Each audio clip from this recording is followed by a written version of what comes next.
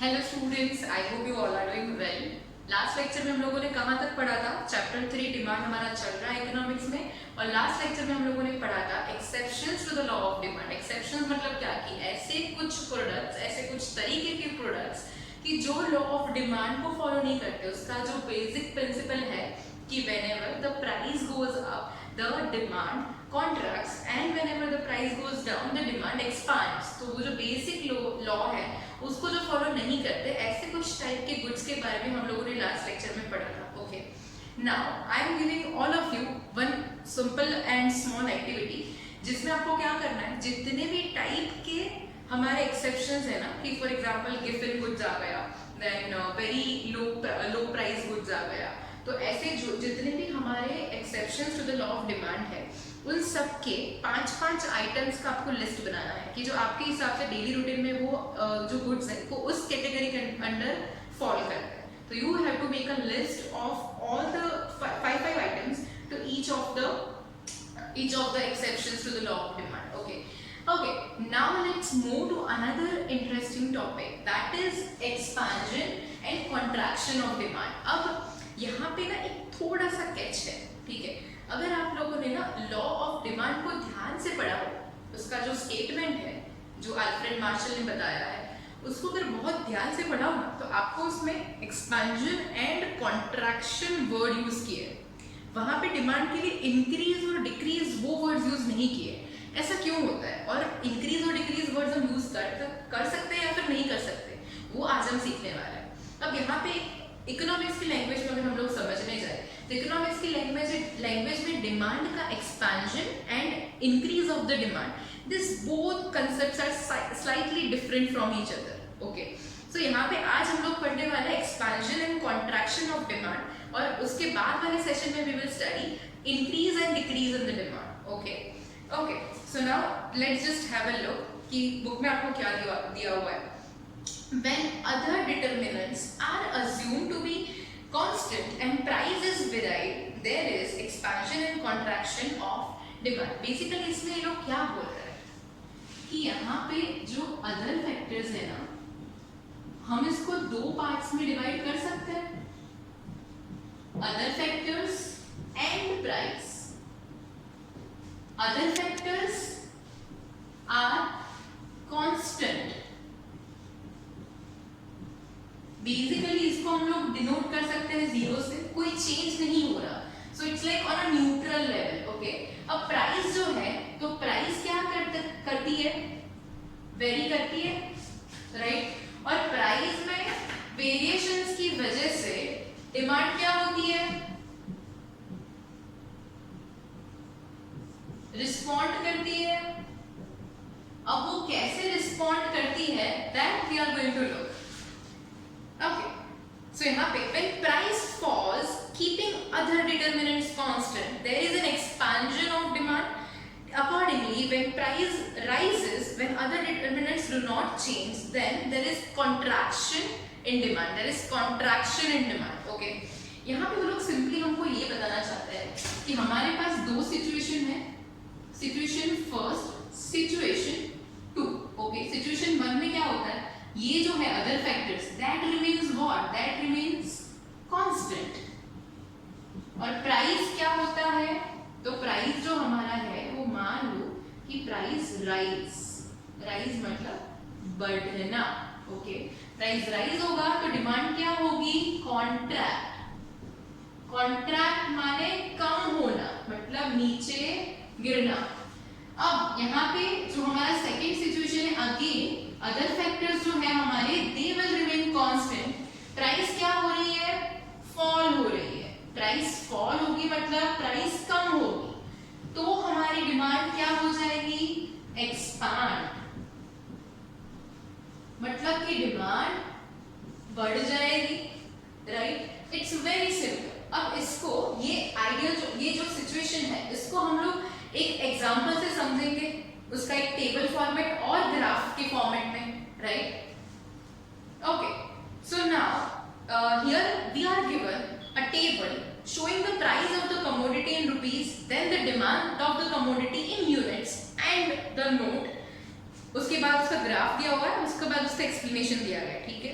Now आपको जो table दिया गया है उस टेबल को मैं यहाँ पे बनाती हूँ, that is price of a commodity. यहाँ पे आपको दिया है demand in units, 1 unit 2 unit ऐसे यूनिट्स में आपको डिमांड दी हुई है, और यहाँ पे आपको नोट्स दिए हुए हैं, ठीक है। अब हम लोग देखते हैं कि प्राइस में क्या क्या होने की वजह से डिमांड पे उसका क्या इम्पैक्ट आता है।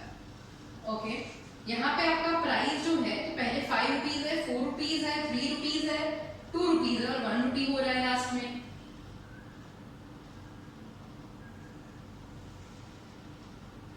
अब आपकी जो डिमांड है यूनिट्स में वो क्या हो रही है। हमेशा प्राइस एंड डिमांड का रिलेशनशिप कैसा होता है बच्चों, it is an inverse relationship, right. मतलब जब एक कम होता है तो दूसरा बढ़ता है, दूसरा बढ़ता है तो एक जो होता है वो कम होता है, ठीक है।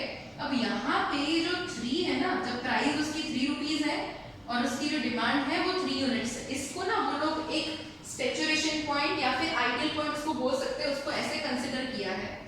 मतलब वो पॉइंट को ध्यान में रख के we will observe the trends in demand. मतलब अगर यहाँ से देखें, अगर इस पॉइंट को हम लोग एक आइडियल सिचुएशन कंसिडर करें तो क्या होता है कि ये जो प्राइस है वो 3 रुपीज है, वो 3 रुपीज से अगर ये जो प्राइस है वो 3 रुपीज है, वो 3 रुपीज से अगर ज्यादा है तो डिमांड क्या हो रही है, क्या हो रही है, कॉन्ट्रैक्ट हो रही है।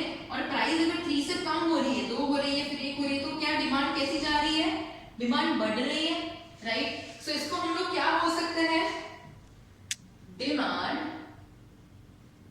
Contracts in price rise. यहां पे demand expands due to fall in price. बहुत simple and easy to understand चीज है, सिंपल। हम लोगों ने जो यहाँ पे मैंने आपको सिंप्लीफाई करके एक थोड़ा टेबल जैसा दिखाया ना, वो वही चीज को यहाँ पे सिर्फ अप्लाई करना है, just in a tabular form, that's it. अब यही जो हम लोगों ने टेबल बनाया, अगर इसका ही हम लोग एक ग्राफिकल रिप्रेजेंटेशन रेडी करें, so how we can bring to the conclusion. यहाँ पे on X axis will take demand, on y axis will take price। अब ऐसा क्यों कि हम लोगों ने x axis पे ही डिमांड लिया, डिमांड को क्यों y axis पे नहीं ले सकते, बिकॉज y axis पे हम लोग जो चीज डालते हैं ना, जो भी वेरिएबल जो y axis पे होता है, सो दैट इज वो जो वेरिएबल होता है ना वो स्टेगनेंट नहीं होता, वो वेरी करता है। और ये जो x के ऊपर हम लोग जो भी चीज डालते हैं ना, तो वो स्टेगनेंट होती है, ठीक है। तो और ये y जो है x के ऊपर जो है वो हमारा y के ऊपर डिपेंड करता है, ठीक है।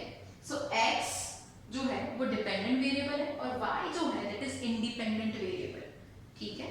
इसलिए हम लोगों को x एक्सिस पे डिमांड को ही लेना पड़ेगा, y एक्सिस पे हम लोगों को प्राइस को ही लेना पड़ेगा। जो भी फ्लक्चुएटिंग फैक्टर है, प्राइस में फ्लक्चुएशन होता है, इसकी वजह से डिमांड में जो भी फ्लक्चुएशन आता है, पर पहले फ्लक्चुएशन कहाँ होते हैं, प्राइस में होता है। इसलिए हमको यहाँ पे y एक्सिस पे ही प्राइस को लेना पड़ेगा। इसको दिमाग में सेट कर दो, आगे इकोनॉमिक्स में बहुत काम आएगा ये, ओके। नाउ यहाँ पे आइडियल पॉइंट 0 1 2 3 4 एंड 5 यूनिट्स की बात कर रहे हैं ना हम लोग, यहाँ पे रुपी की बात कर रहे हैं, that we can also take to the till the 5 rupees, because हमको इतनी जरूरत है। अब देखते हैं, प्राइस जब 5 रुपए है, प्राइस क्या है 5 रुपए, तब डिमांड कितनी है 1 रुपया, तो यहाँ पे हम लोग बोल सकते हैं कि डिमांड 1 रुपया है। प्राइस जब 4 रुपए है, डिमांड कितनी 2, price 4 demand 2, price 3 demand 3, price 2 demand 4, price 2 रुपए और डिमांड कितनी है 4 यूनिट्स की है। और प्राइस जब घट के 1 रुपए हो जाता है तो demand is on it's highest which is 5 units. अगर आपको ये कुछ देख के याद आ रहा हो तो ये सेम चीज, ऐसा same diagram we have already learn in the concept of law of demand. उसमें भी सेम हम लोग इसी तरीके से डिमांड कर्व, डीडी कर्व का रिप्रेजेंटेशन हम लोगों ने सीखा है। Now we will jot down all the points that we have got on this diagram. ठीक है, now this curve will be addressed as what? Again DD curve. और जो भी हम लोगों ने जो भी points यहाँ पे लिए हैं, तो ये जो हम लोगों ने यहाँ पे 3 को एक आइडियल सिचुएशन कंसीडर किया है, ठीक है, तो इसको हम लोग क्या ले लेंगे, ये जो पॉइंट है हमारा, इसको we will take as our reference, ठीक है, इसलिए इसको हम लोग A का रिप्रेजेंट देते हैं। उसके ऊपर जो सबसे ऊपर वाला है, जहाँ पे प्राइस कैसी है, सबसे ज्यादा और डिमांड लोएस्ट है, उस पॉइंट को हम लोग B से एड्रेस करते हैं। लास्ट का जो लोएस्ट पॉइंट है, जहाँ पे हमारा प्राइस लोएस्ट है, डिमांड इज हाईएस्ट, राइट, उसको हम लोग किस तरीके से रिप्रेजेंट करेंगे, C से रिप्रेजेंट करेंगे। Okay, now in reference to this point, यहाँ पे हम लोग क्या देख रहे हैं, यहाँ पे basically what we observed is the contraction in demand, and यहाँ पे what we have observed, expansion in demand. यहाँ पे समझ आ रहा है, डिमांड यहाँ पे अगर हमारा 3 रुपीज को हम लोग आइडियल प्राइस कंसीडर करें, ठीक है, तो जब हमारा प्राइस जो है वो बढ़ रहा है, तो डिमांड कैसी हो रही है, डिमांड कम हो रही है ना यहाँ पे, इसलिए this curve shows, this portion shows what, contraction, और ये वाला जो हमारा पोर्शन है जहां पे हमारी प्राइस क्या हो रही है, नीचे जा रही है, डिमांड क्या हो रही है, इंक्रीज हो रही है, इसको हम लोग क्या बोलेंगे, एक्सपेंशन ऑफ डिमांड। अब अगर आपको इतने तक अच्छे से समझ आ गया, तो बाकी हमको क्या करना है, इसका जब एक्सप्लेनेशन पूछेंगे तो what we need to write is, हम लोगों ने ये पूरा डायग्राम कैसे बनाया, ठीक है, फटाफट से उसका एक बार रीडिंग ले लेते हैं। In the about schedule, suppose the initial price is ₹3, जैसे मैंने बोला इसको आइडियल सिचुएशन कंसीडर करना है, इनिशियल प्राइस इज ₹3, पहले उसका प्राइस कितना है, ₹3 है, ठीक है, then the initial demand is 3 units, ₹3 पे उसका इनिशियल डिमांड कितना है, 3 यूनिट्स का है, which is seen at point A in the diagram, which is seen at the point A in the diagram. When the price falls to ₹1, अब ये जो price है इसका ₹3 से ₹1 तक गिर जाता है, नीचे आ जाता है इसका प्राइस, तब क्या होता है, demand expands to 5 units, demand जो है उसकी 1 पर आएगा प्राइस, तो डिमांड एक्सपांड होगी, कितनी हो जाएगी उसकी, 5 यूनिट हो जाएगी, which is shown at point C in the diagram, which is shown at point C in the diagram. The movement from point A to C on the demand curve TD is called expansion of demand. Now from the initial point A, if price, अब सीधा इसका पूरा हमको inverse वाला भी देखना है situation, जो भी वाइस वर्सा सिचुएशन होता है। हमने देखा कि जब उसकी प्राइस जो है वो कम जाती है तो डिमांड क्या होती है, एक्सपांड होती है कि नहीं होती है। अब उसका वाइस वर्सा सिचुएशन, अगर उसकी प्राइस जो है वो बढ़ रही है, अगर प्राइस उसकी बढ़ के ₹5 हो गई तो डिमांड उसकी लोएस्ट हो जाएगी, विच इज ₹1। यहाँ पे आप देख सकते हो पॉइंट बी पे उसका प्राइस है 5 हाईएस्ट, उसका डिमांड है lowest, that is 1 unit of demand, right. इसको क्या बोलेंगे हम लोग, contraction in demand. Okay, now from the initial point A, if price rises from 3 to ₹5, demand contracts from 3 units to 1 unit, which is shown at point B. The movement from point A to point B on the same DD demand curve is called as contraction of demand, right? In the way of expansion and contraction of demand occur on the same demand curve. Expansion is a downward movement. Expansion जो है वो कैसा movement है, downward movement है। यहाँ पे हम लोग अगर देखें तो यहाँ पे से हमारा जो लाइन है वो नीचे की साइड ज्यादा उसको टिल्ट कर रहा है, राइट, और जो हमारा कॉन्ट्रैक्शन इज अपवर्ड मूवमेंट, यहाँ से कब ऊपर की साइड जा रहा है, कॉन्ट्रैक्शन क्या होता है, अपवर्ड मूवमेंट करता है उसका। Okay, upward movement on the demand curve. So here is our concept of expansion and contraction of demand. अब आपको होमवर्क में क्या करना है, तो ये जो पूरा कॉन्सेप्ट है with its tabular format and the graphical representation, you need to write down this particular question and its answer for one time in your homework, and in the next lecture I am going to explain you one interesting concept which is increase and decrease of demand. expansion contraction हो गया, अब increase और decrease उससे कैसे different है वो हम next lecture में सीखेंगे। Till then take care of yourself and goodbye.